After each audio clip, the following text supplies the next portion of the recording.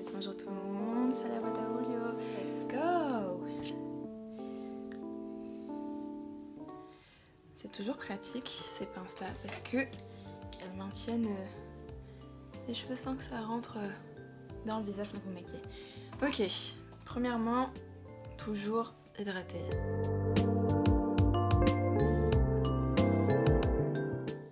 Prenez la crème que vous souhaitez, qui correspond à votre peau, qu'elle soit sèche ou grasse, etc. Et moi, j'utilise aussi l'aloe vera pour hydrater un peu plus. Donc ça contient beaucoup d'eau et c'est vachement bien. 92% d'aloe vera, c'est presque inespéré dans les produits. Ensuite, vous laissez sécher. Pour aller plus vite, on peut utiliser un éventail.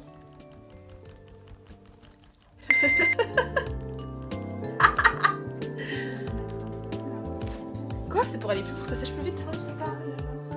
C'est pas grave, je couperai après. Ensuite, les amis, nous allons faire le teint. Alors, si vous avez des rougeurs, etc., vous pouvez utiliser du concealer. Moi, j'utilise mes doigts pour ça, un petit peu. Alors, allez, juste à certains endroits.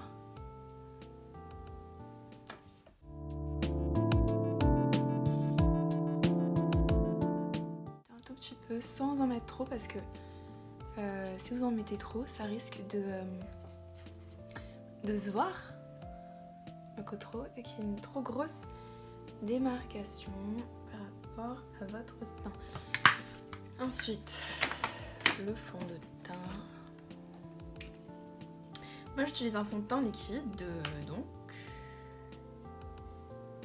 fluide, effet naturel, à l'extrait de grenade et d'acide hyaluronique.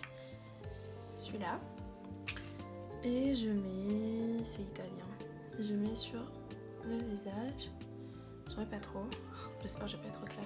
En fait, moi j'ai un problème avec mon teint, c'est que je suis très claire à certains endroits. Et du coup, par exemple sur le front, mon front est un peu plus foncé. Et donc on a l'impression que c'est vachement clair alors que c'est vraiment le teint que je veux. À certains endroits, je suis beaucoup plus foncée. Ne vous inquiétez pas, ça va pas être bizarre. C'est pour ça que je commence par le bas pour que ça ait l'air moins bizarre en haut. Et après, j'utiliserai un... Ça me fait rire parce que c'est vachement clair, on dirait. J'utiliserai un bronzer après.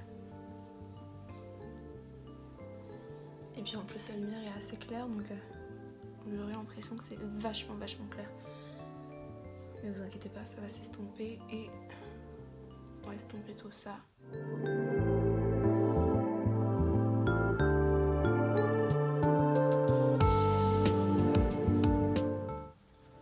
Plus efficient.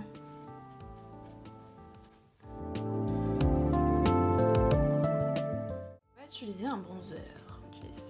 Et donc faites un 3. 3.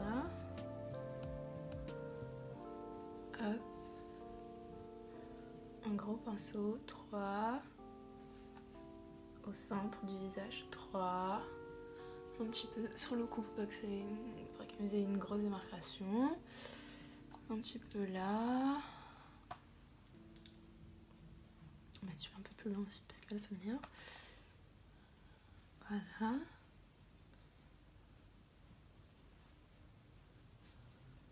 Voilà, vous avez vu que le teint est beaucoup plus net après le fond de teint. Et après le bronzer. C'est joli. Je trouve que c'est joli. Ensuite, on va mettre de l'anti-cerne. Alors il y a plusieurs techniques, soit vous utilisez un fond de teint plus clair, soit vous prenez une base paupière fixatrice. Aujourd'hui on va tester la base paupière fixatrice pour voir ce que ça donne l'air.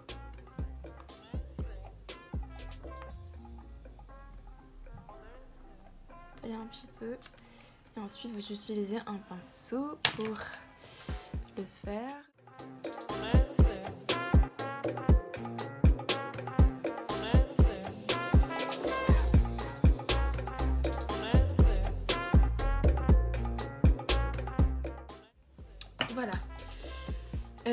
va faire du baking. Donc le baking, je pense que vous connaissez, quoique expliquer. Le baking, c'est utiliser une poudre claire pour mettre en lumière certaines parties du visage.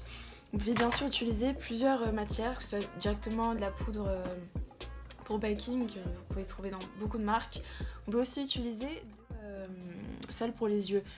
Moi j'utilise donc une poudre libre pour les yeux, paupières, que j'utilise jamais en fait, mais que je considère que elle est plutôt pas mal.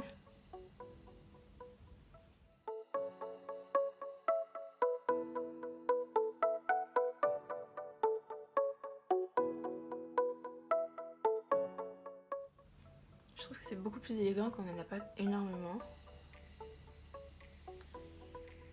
Vous en mettez sous les yeux et à côté de l'arête à côté du nez, pardon. Puis au centre du visage pour mettre au-dessus du nez pour mettre la lumière et sous le menton également. Ensuite, un peu plus technique, vous prenez le coin de l'éponge, faites un tiré comme ça, ici. Mettre de la lumière donc pour faire bien une différence avec votre contouring de tout à l'heure.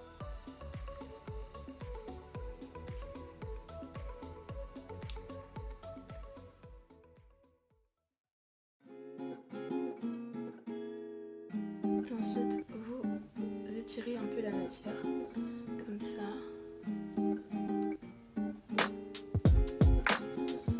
Voilà. Je trouve ça joli, ça donne bien.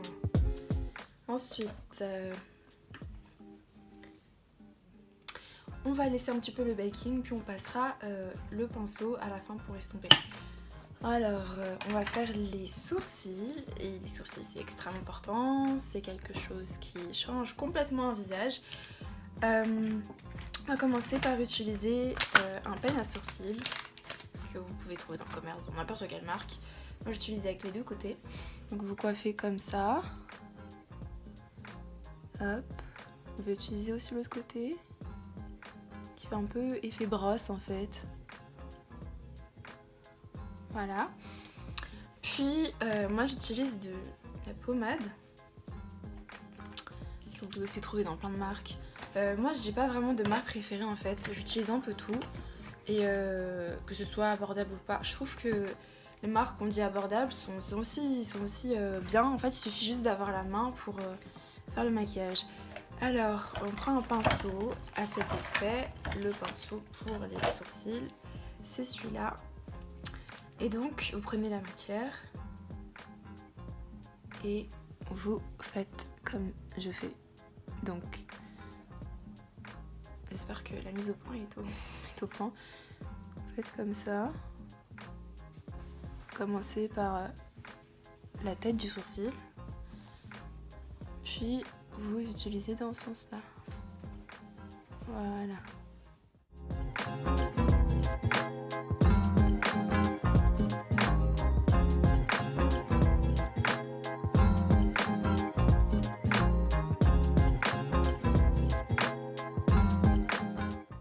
C'est bon. Presque.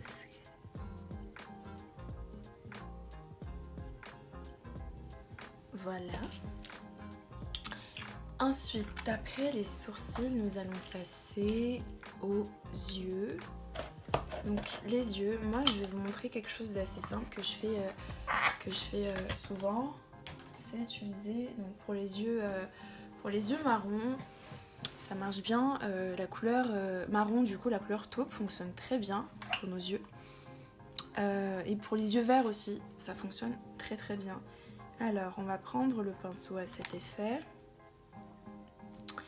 Pour le eye shading, un pinceau comme celui-là. Et donc moi je prends un marron taupe, pas café mais un peu plus clair, taupe.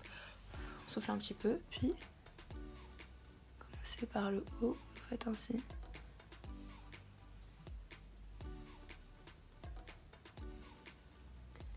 De l'autre côté.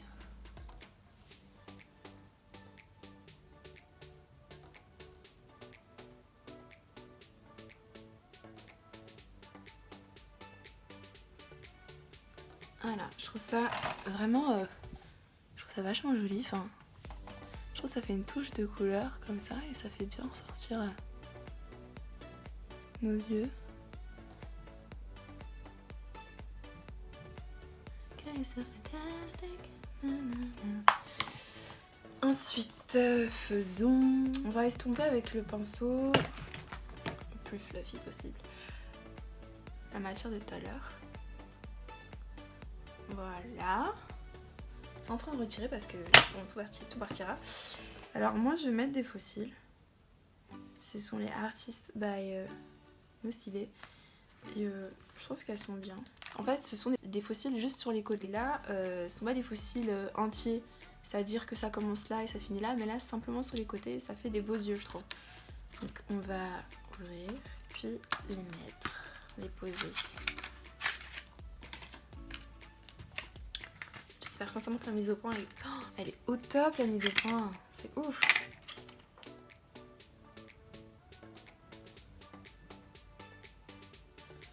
Voilà, ça donne ça. Je trouve ça assez joli. C'est bon là ? C'est bon. Avec une aide extérieure, nous avons pu enfin arriver à poser ce truc. Alors, le mascara. Mettre un petit peu de mascara. Ça passe un peu plus. Moi j'en ai pas une tonne. Je trouve que les fossiles ça fait déjà beaucoup. Ça fait des fox eyes. C'est trop beau. Je m'en suis pas mis là quand même. Si. Les problèmes. Alors, la touche dorée. La touche dorée, on va pas se tromper. Ah la honte. Allez, moi, je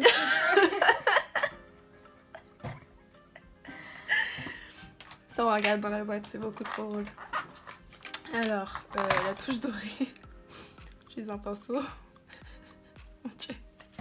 Je comprenais pas pourquoi on voyait pas. Ok. Alors, on pose là, au coin de l'œil, pardon. Vous pouvez aussi mettre un petit peu au centre de l'œil si vous voulez plus de lumière. Moi, j'en utilise un peu partout. Alors, ensuite, je vais utiliser un highlight stick.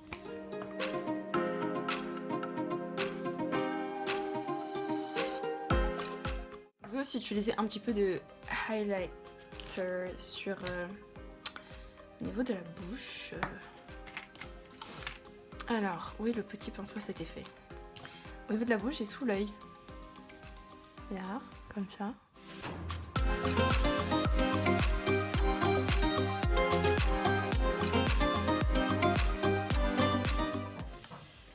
Après cela, nous allons passer aux lèvres. Une sorte de rouge à lèvres qui s'appelle crème brûlée. Qui est un peu clair. J'ai pas de lèvres, hein, c'est trop bizarre. Alors pour que ça passe, on peut utiliser aussi du crayon. Pas comme contour, mais juste au-dessus. Dans le même temps en fait.